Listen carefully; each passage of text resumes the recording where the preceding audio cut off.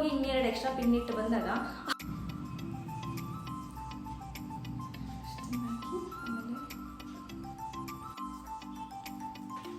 ಇಷ್ಟೆಲ್ಲ ಮಾಡಿ and last but not least ಸೋಪನ್ನ ಫಸ್ಟ್ ಥಿಂಗ್ ಬಂದು ಹಾಯ್ ಹಲೋ ನಮಸ್ಕಾರ, welcome back to my YouTube channel. Thumbnail ನೋಡಿ ಈಗ ಆಲ್ರೆಡಿ ನಿಮಗೆ ವಿಡಿಯೋದಲ್ಲಿರೋಂಥ ಟಾಪಿಕ್ ಏನಂತ ಗೊತ್ತಾಗಿರುತ್ತೆ. ಜಾಸ್ತಿ ಲ್ಯಾಗ್ ಮಾಡೋಕೆ ಹೋಗಲ್ಲ, ಬನ್ನಿ ವಿಡಿಯೋ ಸ್ಟಾರ್ಟ್ ಮಾಡೋಣ. ಫಸ್ಟ್ಲಿ ಬೇಸಿಕಲಿ ಪಾಪು ಹುಟ್ಟಿದಾಗ ಒಂದು ಕಲರ್ ಇರುತ್ತೆ.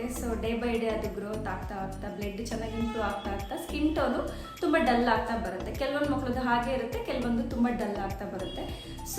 ಅದರಂಥ ಟೆನ್ಷನ್ ಇನ್ನೊಂದಿರಲ್ಲ ಮದರ್ಸ್ಗೆ, ಮೇ ಬಿ ನನಗೆ ಆಗಿತ್ತು. ನಿಮಗೆ ಅದನ್ನು ಎಕ್ಸ್ಪ್ಲೈನ್ ಮಾಡ್ತಾ ಇದ್ದೀನಿ. ಆ್ಯಂಡ್ ನಾವೇನೇ ಪಾಸಿಟಿವ್ ಆಗಿದ್ರೂ ಕೂಡ ಬರೋರು, ಮಗು ನೋಡೋಕ್ಕೆ ಅಂತ ಬರೋರು ಒಂದೊಂದು ಹುಳ ಬಿಟ್ಟು ಹೋಗ್ತಾರಲ್ವ, ಒಂದೊಂದು ಬಾಂಬ್ ಹಾಕಿ. ಮಗು ಕಪ್ಪುಗಿದೆ, ಅಮ್ಮ ಬೆಳ್ಳಗಿದ್ದಾರೆ, ಅಪ್ಪ ಬೆಳ್ಳಗಿದ್ದಾರೆ, ಮಗು ಯಾಕೆ ಕಪ್ಪಾಗ್ತಿದೆ, ಏನೋ ಪ್ರಾಬ್ಲಮ್ ಆಗಿರಬೇಕು, ಏನೋ ಜೆನೆಟಿಕಲ್ ಪ್ರಾಬ್ಲಮ್ ಆಗಿರ್ಬೋದು, ಸ್ಕಿನ್ ಡಾಕ್ಟ್ರಿಗೆ ತೋರಿಸು, ಇಲ್ಲ ಅದಚ್ಚು ಇದಚ್ಚು, ಎಕ್ಸೆಟ್ರಾ ಬ್ಲಾ ಬ್ಲಾ ಬ್ಲಾ ತಲ್ಲೇ ಹುಳ ಬಿಟ್ಟು ಹೋಗ್ಬಿಡ್ತಾರೆ. ನಾವೆಷ್ಟೇ ಪಾಸಿಟಿವ್ ಆಗಿದ್ರೂ ಕೂಡ ಅವ್ರು ಹೇಳಿರೋಂಥ ಪಾಯಿಂಟ್ಗಳು ಒಂದೊಂದು ಸಮ್ ಆಫ್ ಟೈಮ್ ನಮಗೆ ಟ್ರಿಗರ್ ಆಗುತ್ತೆ. ಆ್ಯಂಡ್ ಫಸ್ಟ್ ಥಿಂಗ್, ನೀವು ಪೇರೆಂಟ್ಸ್ ಆದವರು ಏನಕ್ಕೆ ರೆಡಿ ಇರಬೇಕು ಅಂದರೆ, ನಮ್ಮ ಮಗು ಹೇಗಿರುತ್ತೆ ಹಾಗೇ ಫಸ್ಟು ಅಕ್ಸೆಪ್ಟ್ ಮಾಡ್ಕೋಬೇಕು.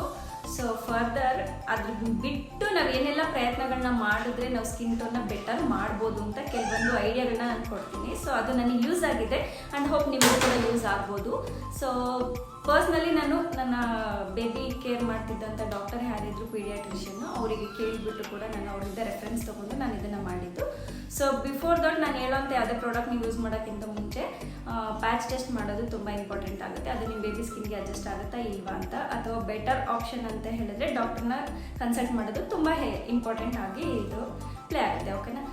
ಫಸ್ಟ್ ಥಿಂಗ್ ನಾನು ಯೂಸ್ ಮಾಡಿದ್ದೇನಪ್ಪ ಅಂತ ಹೇಳಿದ್ರೆ, ಎವ್ರಿ ಡೇ ಮಾರ್ನಿಂಗ್ ಟೈಮು ಸಣ್ಣಗೆ ತೋರಿಸ್ಬೇಕು. ಅಂದರೆ ಎಳೆ ಬಿಸಿಲು ಬರುತ್ತಲ್ವ, ಬೆಳಗ್ಗೆ ಸನ್ರೈಸ್ ಆದಮೇಲೆ ಒಂದು ಹಾಫ್ ಆನ್ ಅವರ್ 1 ಅವರಲ್ಲಿ ಎಳೆ ಬಿಸಿಲು ಇರುತ್ತೆ. ಅದಾದಮೇಲೆ ಬಿಸಿಲು ಚುರುಕಾಗುತ್ತೆ.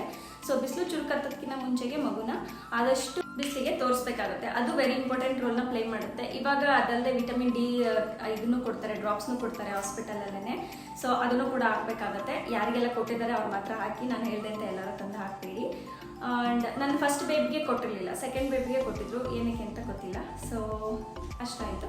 ಸೆಕೆಂಡ್ ಥಿಂಗ್ ಏನಪ್ಪ ಅಂತ ಹೇಳಿದ್ರೆ, ಬೇಬಿಗೆ ಬಾಡಿ ಮಸಾಜ್ನ ಮಾಡ್ತೀವಿ. ಆಯಿಲ್ ಹಚ್ಬಿಟ್ಟು, ಹಳ್ಳಿ ಕಡೆ ಮಾಡೋವಂಥ ಬಾಣಂತನಗಳಲ್ಲಿ ಇದು ಗೊತ್ತಿರುತ್ತೆ. ಸಿಟಿಲಿ ಹೆಂಗೆ ಮಾಡ್ತಾರೆ ಅನ್ನೋ ನನಗೆ ಗೊತ್ತಿಲ್ಲ. ಹಳ್ಳಿ ಕಡೆ ಬಾಣಂತನದ ಬಗ್ಗೆ ನಾನು ಹೇಳ್ತಾ ಇದ್ದೀನಿ. ಎಣ್ಣೆನ ಜಾಸ್ತಿ ಹಚ್ತಾರೆ. ಹಳ್ಳೆಣ್ಣೆನ ಜಾಯಿಂಟ್ಸಿಗೆ ಮಾತ್ರ ನಮ್ಮ ಮನೇಲಿ ಅಮ್ಮ ಹಚ್ಚೋರು, ಅಂದರೆ ಸ್ಕಿನ್ನಿಗೆಲ್ಲ ಹಚ್ಚೋರು, ಸ್ಕಿನ್ ಟೋನ್ ಬ್ಲ್ಯಾಕ್ ಆಗುತ್ತೆ ಅಂತ ಹೇಳಿ. ಬಟ್ ಮೂಳೆ ಗ್ರೋತಿಗೆ ತುಂಬ ಹೆಲ್ಪ್ ಆಗುತ್ತೆ ಅದು. ಬಾಡಿ ಮಸಾಜ್ ಮಾಡೋದ್ರಿಂದ ಮಗುಗೆ ಬ್ಲಡ್ ಸರ್ಕ್ಯುಲೇಷನ್ ತುಂಬ ಚೆನ್ನಾಗಾಗುತ್ತೆ. ಸೈಂಟಿಫಿಕ್ ರೀಸನ್ ಇದು. ಬೇಬಿ ಯಾವಾಗಲೂ ಮಲಗಿದ ಪೊಸಿಷನಲ್ಲೇ ಮಲಗಿರುತ್ತೆ. ಅರೌಂಡ್ ಒಂದು 5 ಮಂತ್ಸ್ 4 ಮಂತ್ಸ್ವರೆಗೂ ಅರ್ಥ ಅಳ್ಳಾಡ್ದಂಗೆ ನನಗೆ ಮಲಗಿರುತ್ತಲ್ವ. ಆ ಟೈಮಲ್ಲಿ ಚೆನ್ನಾಗಿ ಬ್ಲಡ್ ಸರ್ಕ್ಯುಲೇಷನ್ ಆಗಲ್ಲಲ್ವ.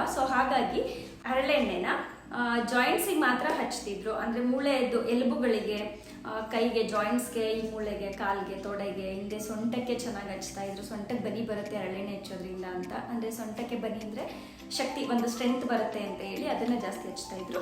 ಅದ್ರ ಜೊತೆಗೆ ಅಂದರೆ ಅದನ್ನು ಮೈಲ್ಡಾಗಿ ಸ್ವಲ್ಪ ಬಿಸಿ ಮಾಡ್ಕೋಬೇಕಾಗತ್ತೆ, ಉಗುರು ಬಿಸಿ ಮಾಡಿಕೊಂಡು ಹಚ್ಚಬೇಕಾಗತ್ತೆ. ಅದು ಒಂದು ಕಡೆ ಆಯಿತು. ಅದನ್ನು ಫಸ್ಟ್ ಅಲ್ಲಿಗೆ ಹಚ್ತಾ ಇದ್ರು. ಅದಾದಮೇಲೆ ನೆಕ್ಸ್ಟು ಬಾಡಿ ಮಸಾಜಿಗೆ ಅಂತೇಳಿ ಕೊಬ್ಬರಿ ಎಣ್ಣೆ, ನ್ಯಾಚುರಲ್ ಆಗಿ ಗಾಣದೆಣ್ಣೆ ತೆಗ್ದಿರೋ ಅಂಥ ಎಣ್ಣೆ ಆಗಿರ್ಬೋದು, ಅಥವಾ ಕಾಯಿನೇ ಕುದಿಸ್ಬಿಟ್ಟು ಕಾಯಿ ಹಾಲು ಅಂತ ತೆಗಿತಾರೆ ಹಳ್ಳಿ ಕಡೆಯಲ್ಲಿ. ನ್ಯಾಚುರಲ್ ಆಗಿ ಅದು ತುಂಬ ಚೆನ್ನಾಗಿ ನರಿಶ್ ಮಾಡುತ್ತೆ ಸ್ಕಿನ್ನ. ಆ್ಯಂಡ್ ಸ್ಕಿನ್ ವೈಟ್ನಿಂಗ್ ಆಗೋದಕ್ಕೆ ಕೂಡ ತುಂಬ ಹೆಲ್ಪ್ ಮಾಡುತ್ತೆ. ಸ್ಕಿನ್ ಚೆನ್ನಾಗಿ ಲೈಟ್ ಆಗ್ತಾ ಬರುತ್ತೆ, ಗ್ಲೋ ಆಗ್ತಾ ಬರುತ್ತೆ. ಪಿಕ್ಚರ್ಸ್ನ ನಾನು ಆ್ಯಡ್ ಮಾಡ್ತೀನಿ. ಫಸ್ಟ್ ಹೇಗಿತ್ತು ಬೇಬಿ, ಅದು ಯೂಸ್ ಮಾಡೋಕ್ಕೆ ನಿಂತ ಮೇಲೆ ಹೇಗೆ ಚೇಂಜ್ ಆಯಿತು, ಮತ್ತು ಅದು ಫೈನಲ್ ಇವಾಗ ಹೇಗಿದೆ ಅಂತೇಳಿ ಹಾಕ್ತೀನಿ. ನಿಮಗೆ ಡಿಫ್ರೆನ್ಸ್ ಗೊತ್ತಾಗುತ್ತೆ. ಆ್ಯಂಡ್ ನೆಕ್ಸ್ಟ್ ಏನಪ್ಪ ಅಂತ ಹೇಳಿದ್ರೆ, ವೆರಿ ಇಂಪಾರ್ಟೆಂಟ್ ಆಗಿ ಆಲಿವ್ ಆಯಿಲ್, ಫಿಗಾರೋದು ಆಲಿವ್ ಆಯಿಲ್ನ ನಾನು ಪ್ರಾಡಕ್ಟ್ ಯೂಸ್ ಮಾಡಿದ್ದು. ಇದು ಯಾವುದೇ ಪ್ರೊಫೆಷ್ನಲ್ ವಿಡಿಯೋ ಅಲ್ಲ, ಇದು ಪರ್ಸ್ನಲ್ ನಾನು ಯೂಸ್ ಮಾಡಿದ್ದನ್ನು ರೆಕಮೆಂಡ್ ಮಾಡ್ತಾ ಇರೋದು. ಈ ಆಲಿವ್ ಆಯಿಲ್ನ ಡೈಲಿ ಹಚ್ಬಾರ್ದು ಅಥವಾ ಡೇ ಬೈ ಡೇ ಹಚ್ಬಾರ್ದು. ನಾನು ಹಚ್ತಿದ್ದು ಮಂತ್ಲಿ 2 or 3 ಹಚ್ತಾ ಇದೆ. ಅದು ಬಿಸಿಲಿರೋಂಥ ಟೈಮಲ್ಲಿ ಮಾತ್ರ ಹಚ್ತಾ ಇದೆ. ಕೆಲವೊಬ್ರಿಗೆ ಏನಾಗುತ್ತೆ ಇದು ಅಂತ ಹೇಳಿದ್ರೆ, ಆಲಿವ್ ಆಯಿಲು ಡೈಲಿ ಹಚ್ಚೋದ್ರಿಂದ ಸ್ಕಿನ್ ಅಲರ್ಜಿ ಸ್ಟಾರ್ಟ್ ಆಗುತ್ತೆ. ಹಾಗಾಗಿ ನಾವು ಒಬ್ಬರಿಗೆ ಒಂದ್ಸಲ ಹಚ್ಚಿ ಟೆಸ್ಟ್ ಮಾಡಿ ಆಮೇಲೆ ಹಚ್ಚೋದು ಬೆಟರು. ಅದರಲ್ಲೂ ಮಂತ್ಲಿ 2 or 3 ಹಚ್ಚಿದ್ರೆ ಅದು ತುಂಬ ಬೆಟರ್ ಅಂತ ನಮಗೆ ಹೇಳಿದ್ರು. ನಾನು ಹಾಗೆ ಹಚ್ಚಿದ್ದು. ಅದನ್ನು ಕೊಬ್ಬರಿ ಎಣ್ಣೆ ಜೊತೆ ಮಿಕ್ಸ್ ಮಾಡಿ ಹಚ್ತಾ ಇದ್ದೆ. ಕೊಬ್ಬರಿ ಎಣ್ಣೆನ ಡೇ ಬೈ ಡೇ, ಅಂದರೆ ಒಂದಿನ ಬಿಟ್ಟು ಒಂದಿನ, ಯಾವಾಗ ಬಿಸಿಲು ಹತ್ತಿದಾಗ ಸ್ನಾನ ಮಾಡಿಸ್ತಿದ್ವಿ, ಆಯಿಲ್ ಬಾತ್ ಮಾಡಿಸ್ತಾ ಇದ್ವಿ. ಅವಾಗೆಲ್ಲನ ಅದನ್ನು ಹಚ್ಚಿಬಿಟ್ಟೆ ಮಾಡಿಸ್ತಾ ಇದ್ದಿದ್ದು. ಸೊ ಇದು ವೆರಿ ಇಂಪಾರ್ಟೆಂಟಾಗಿ ನೀಟಾಗಿ ಮಸಾಜ್ ಮಾಡಿಬಿಟ್ಟು ನೀಟಾಗಿ ಸ್ನಾನ ಮಾಡಿಸ್ಬೇಕಾಗುತ್ತೆ. ನೆಕ್ಸ್ಟ್ ಥಿಂಗ್ ಬಂದು ಸ್ನಾನಕ್ಕೆ ಸೋಪು. ಮಕ್ಕಳಿಗೆ ಸೋಪ್ನ ನಾವು ಚೆಕ್ ಮಾಡಬೇಕಾದ್ರೆ ಯಾವ್ದು ಕೊಡಬೇಕು ಯಾವ್ದು ಕೊಡಬಾರ್ದು ಅನ್ನೋದು ನ್ಯೂ ಮಾಮ್ಸ್ಗಂತೂ ಅದಂತೂ ಹೆವಿ ಟೆನ್ಷನಲ್ಲಿ ಇರುತ್ತೆ. ಸೊ ಯಾರೆಲ್ಲ ಏನು ಹೇಳ್ತಾರೆ ಅದನ್ನೆಲ್ಲ ಟ್ರೈ ಮಾಡೋಕ್ಕೆ ಸ್ಟಾರ್ಟ್ ಮಾಡ್ಕೊತೀವಿ. ಬಟ್ ನಮ್ಮ ಮೈಂಡಲ್ಲೇ ಒಂದಿರುತ್ತೆ, ಇನ್ನೊಬ್ರು ಹೇಳಿದ್ರು ಅಂತ ಮತ್ತೆ ಚೇಂಜ್ ಮಾಡ್ತೀವಿ. ಸೊ ಈ ಥರ ಮಾಡೋದಕ್ಕೆ ಹೋಗಬೇಡಿ. ನಾನು ಸ್ಕಿನ್ ಡಲ್ ಆಗ್ತಿದೆ ಅಂತ ಗೊತ್ತಾದಾಗ ತಕ್ಷಣವೇ ನಾನು ಡಾಕ್ಟ್ರಿಗೆ ಕೇಳಿದ್ದಕ್ಕೆ ಯಾವ ಸೋಪು ಬೆಟರ್ ಅಂತ ಕೇಳಿದ್ದಕ್ಕೆ, ಸೊ ನಾನು ಫಸ್ಟ್ ಬೇಬಿಗೆ ಸೆಬಾಮೆಡ್ ಸೋಪ್ನೇ ಯೂಸ್ ಮಾಡ್ತಿದ್ದು. ಬಟ್ ಅವ್ನ ಸ್ಕಿನ್ದು ಕಾಂಪ್ಲೆಕ್ಸ್ ಸ್ವಲ್ಪ ಡಲ್ ಇತ್ತು, ಸೊ ಅಂದರೆ ಡಸ್ಕಿ ಇತ್ತು ಸ್ವಲ್ಪ. ಸೊ ಹಾಗಾಗಿ ಈ ಬಾಪುಗೂ ಅದೇ ಹಾಕಿದ್ರೆ ಮತ್ತೆ ಅದು ಡಸ್ಕಿ ಆಗಿಬಿಟ್ರೆ ಅಂತ ಟೆನ್ಷನ್ ಆಗಿ ಸರ್ ಹತ್ರನೇ ಕೇಳಿದೆ, ಅಂದರೆ ಡಾಕ್ಟರ್ ಹತ್ರನೇ ಕೇಳಿದೆ. ಸೊ ಅವ್ರು ನನಗೆ ಪ್ರಿಸ್ಕ್ರೈಬ್ ಮಾಡಿದ್ದು ಪರ್ಸ್ನಲ್ ಆಗಿ ಅದು teddy bar soap. So teddy bar soap ಹಾಕೋದ್ರಿಂದ ಅದ್ರ ಸೋಪನ್ನ ಅದು ಕಣ್ಣಿಗೆ ತುಂಬ ಅಷ್ಟು ಹ್ಯಾಶ್ ಆಗೋದಿಲ್ಲ. ಬೇಬಿ ಸೋಪ್ ಆಲ್ಮೋಸ್ಟ್ ಯಾವುದು ಹ್ಯಾಶ್ ಆಗೋ ಥರ ಇರಲ್ಲ, ಬಟ್ ಇದು ಕಂಪೇರೇಟಿವ್ಲಿ ಬೆಟರ್ ಅಂತ ಅನ್ಬೋದು. ಸೊ ನಾನು ಹಿಮಾಲಯ ಕೂಡ ಟ್ರೈ ಮಾಡಿದ್ದೀನಿ, ಪಾಪು ತುಂಬ ಅಳ್ತಾ ಇತ್ತು, ಅದನ್ನ ಹಾಕಿದಾಗ ಸ್ವಲ್ಪ ಕಣ್ಬೋದು. ಬಟ್ ಇದು ಆ ಥರ ಏನು ಅಷ್ಟು ಎಫೆಕ್ಟ್ ಆಗ್ತಿರ್ಲಿಲ್ಲ, ಬಟ್ ತುಂಬ ಬೇಬಿಗೆ ಕಂಫರ್ಟಬಲ್ ಫೀಲ್ ಮಾಡುತ್ತೆ ಈ ಸೋಪ್ ಅಂತ ಹೇಳ್ಬೋದು. ಆ್ಯಂಡ್ ಸ್ಕಿನ್ ಕೂಡ ಲೈಟ್ ಕಾಂಪ್ಲೆಕ್ಸ್ ಆಗೋದಕ್ಕೆ ಇದು ಕೂಡ ಹೆಲ್ಪ್ ಆಗುತ್ತೆ ಒಂದು ಪಾಯಿಂಟ್ ಆಫ್ ವ್ಯೂನಲ್ಲಿ ಅಂತ ಹೇಳ್ಬೋದು. ಸೊ ನೆಕ್ಸ್ಟ್ ಬಂತು body lotion. So every time bath ಆಗ್ತಿದ್ದಂಗೆ ಬಾಡಿ ಲೋಷನ್ ಹಚ್ತಾ ಇದ್ವಿ. ಸೊ ಬಾಡಿ ಲೋಷನಲ್ಲಿ ನಾನು ಯೂಸ್ ಮಾಡ್ತಾ ಇದ್ದಿದ್ದು ಸೆಟಾಫಿಲ್ದು ಬೇಬಿ ಬಾಡಿ ಲೋಷನ್ ಯೂಸ್ ಮಾಡ್ತಾ ಇದ್ದು, ಮಾಯ್ಶ್ಚರೈಸರು. ಸೊ ಅದು ತುಂಬ ಚೆನ್ನಾಗಿ ಸ್ಕಿನ್ಗೆ ಲೈಟ್ ಆಗಿ ಅಬ್ಸರ್ವ್ ಆಗುತ್ತೆ. ಸೊ ತುಂಬ ಹೆವಿ ಇನ್ಸಲ್ಲ ಅಥವಾ ಸ್ಟಿಕ್ಕಿ ಇನ್ಸಲ್ಲ. ಸೊ ನೀಟಾಗಿ ಅದು ವಾಟರ್ ಕನ್ಸಿಸ್ಟೆನ್ಸಲ್ಲಿ ಇರುತ್ತಲ್ವ, ಸೊ ಆಯಿಲಿ ಇರಲ್ಲ. ಸೊ ನೀಟಾಗಿ ಸ್ಕಿನ್ ಅಬ್ಸರ್ವ್ ಆಗ್ತಾ ಇತ್ತು ಆ್ಯಂಡ್ ಸ್ಕಿನ್ಗೆ ತುಂಬ ಚೆನ್ನಾಗಿ ಅದು ಗ್ಲೋ ಕೊಡ್ತಾ ಇತ್ತು. ಸೊ ಅದನ್ನ ಹಚ್ತಾ ಇದೆ. ಆ್ಯಂಡ್ ಫೇಸ್ ಕ್ರೀಮ್ ಬಂದು last but not least, so Sebamed face ಕ್ರೀಮ್ನ ನಾನು ಫೇಸಿಗೆ ಮಾತ್ರ ಅಪ್ಲೈ ಮಾಡ್ತಾ ಇದ್ದೆ. ಸೊ ಅದು ಸ್ವಲ್ಪ ಕಾಸ್ಟ್ಲಿ ಅಂತ ಅನಿಸುತ್ತೆ, ಬಟ್ ಅದು ಸ್ಕಿನ್ಗೆ ತುಂಬ ಚೆನ್ನಾಗಿ ಸೆಟ್ ಆಗುತ್ತೆ.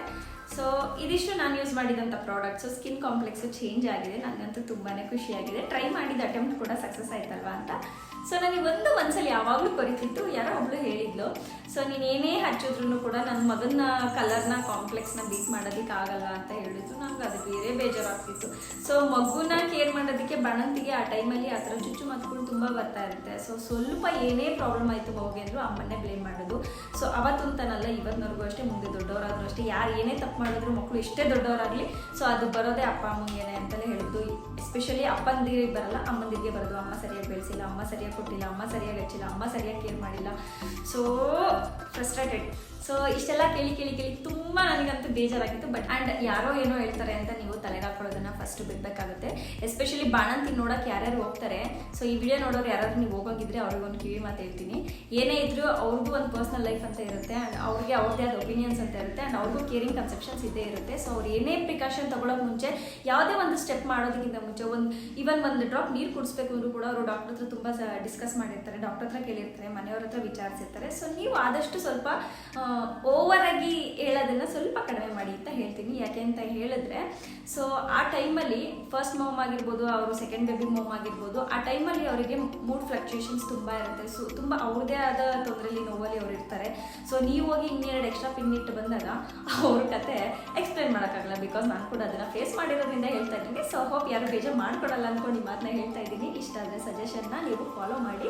ಇಲ್ಲ ನಾನು ಇಷ್ಟೆಲ್ಲ ಮಾಡಿದ್ಮೇಲೆ ಸೊ ಬೇಬಿದು ಸ್ಕಿನ್ ಕಾಂಪ್ಲೆಕ್ಸು ಇನ್ನೂ ಕೂಡ ನಮಗೇನು ಬದಲಾಗಿಲ್ಲ. ಸೊ ನಂಗೆ ತುಂಬ ಬೇಜಾರಾಗ್ತದೆ ಆ ಥರ ಇದ್ದರೆ ಫಸ್ಟ್ ನೀವು ಮೈಂಡಲ್ಲಿ ಫಿಕ್ಸ್ ಆಗಿಬಿಡಿ. ಸೊ ನಿಮ್ಮ ಬೇಬಿದು ಕಲರ್ ಇದೆ ಅಂತ ಹೇಳಿ. ಆ್ಯಂಡ್ ಅಟ್ ಫೈನಲಾಗಿ ಏನಪ್ಪ ನೀವೊಂದು ಥಿಂಕ್ ಮಾಡಬೇಕು ಅಂತ ಹೇಳಿದ್ರೆ, ಬೇಬಿ ಕಲರ್ ಇಂಪಾರ್ಟೆಂಟ್ ಆಗೋದಿಲ್ಲ. ಸೊ ನವಡೇಸ್ ಇವತ್ತು ನೋಡಿಕೊಂಡ್ರೆ ಇವತ್ತಿನ ಜನ್ರೇಷನಲ್ಲಿ ಹೆಲ್ದಿ ಬೇಬಿ ಇರೋದು ತುಂಬಾ ಇಂಪಾರ್ಟೆಂಟ್ ಆಗುತ್ತೆ. ಸೊ ಹೆಲ್ದಿ ಬೇಬಿನ ಆದಷ್ಟು ಚೆನ್ನಾಗಿ ಬೆಳೆಸೋದಕ್ಕೆ ಟ್ರೈ ಮಾಡಿ ಅಂತ ಹೇಳ್ತಾ, ಎಲ್ಲ ಮದರ್ಸ್ ಯಾರ್ಯಾರು ನೋಡ್ತಾ ಇದ್ದೀರಾ ಅವರಿಗೆಲ್ಲ ಆಲ್ ದಿ ಬೆಸ್ಟ್. ಚೆನ್ನಾಗಿ ಮಗುನ ನೋಡ್ಕೊಳ್ಳಿ ಆ್ಯಂಡ್ ನಿಮ್ಮನ್ನು ಕೂಡ ನೀವು ಚೆನ್ನಾಗಿ ಕೇರ್ ಮಾಡ್ಕೊಳ್ಳಿ ಅಂತ ಈ ಬ್ಲಾಗ್ನ ಎಂಡ್ ಮಾಡ್ತಾ ಇದ್ದೀನಿ. ಹೋಪ್ ಎಲ್ಲರಿಗೂ ವಿಡಿಯೋ ಇಷ್ಟ ಆಗಿದೆ ಅಂತ ಭಾವಿಸ್ತಾ ಈ ವಿಡಿಯೋನ ಇಲ್ಲಿಗೆ ಎಂಡ್ ಮಾಡ್ತಾ ಇದ್ದೀನಿ. ಬಿಫೋರ್ ದಟ್ ನೀವು ಯಾರೆಲ್ಲ ಇನ್ನೂ ಸಬ್ಸ್ಕ್ರೈಬ್ ಮಾಡ್ದಲೇ ವಿಡಿಯೋನ ವಾಚ್ ಮಾಡ್ತಾ ಇದ್ದೀರಾ ಅಥವಾ ಫಸ್ಟ್ ಟೈಮ್ ನನ್ನ ವಿಡಿಯೋನ ವಾಚ್ ಮಾಡ್ತಾ ಇದ್ದೀರಾ ಅಂದರೆ ಪ್ಲೀಸ್ ನಿಮ್ಮ ಸಪೋರ್ಟ್ನ ನನಗೆ ಸಬ್ಸ್ಕ್ರೈಬ್ ಮಾಡೋದ್ರ ಮುಖಾಂತರ ಆ್ಯಂಡ್ ಲೈಕ್ ಶೇರ್ ಕಮೆಂಟ್ ಮಾಡೋದ್ರ ಮುಖಾಂತರ ತೋರಿಸಿ ಅಂತ ಹೇಳ್ತಾ, ಇನ್ನಷ್ಟು ವಿಡಿಯೋಗಳಿಗಾಗಿ ನೋಡ್ತಾ ಇರಿ Bindu Nadeyuru YouTube channel. Thank you so much. Bye.